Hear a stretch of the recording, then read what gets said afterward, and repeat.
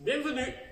Donc en ce moment, le gros du travail, c'est la vinification, c'est l'étape la plus importante dans le cycle de la vigne et du vin, parce que la vendange a été rentrée, donc on a eu les fermentations alcooliques qui se sont déroulées, et comme d'habitude, c'est jamais la même chose. En plus de 30 ans, je veux dire, j'ai jamais connu une vinification qui soit similaire à celle de l'an passé. Mais ça, c'est les aléas de la vie, je veux dire. Donc voilà, le gros de la fermentation alcoolique a été terminée. Personnellement, on a fini les pressurages des vendanges.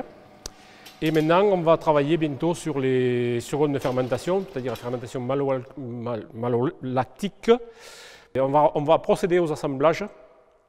Et puis l'élevage se fera les suivants. Pour le moment, nous sommes en train de chauffer un petit peu, maintenir la température de 20 degrés pour que ces secondes fermentations puissent se faire.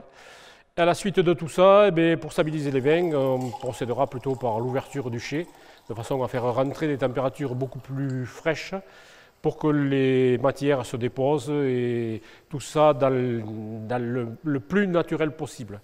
Et le froid, effectivement, contribue beaucoup à la fabrication du vin.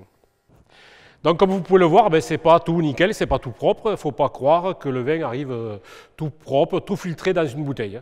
Il y a d'autres étapes auparavant, donc il faut que ça se dépose. Il y a de la matière qui est très intéressante pour l'élevage du vin, donc ce qu'on appelle des lits, entre autres.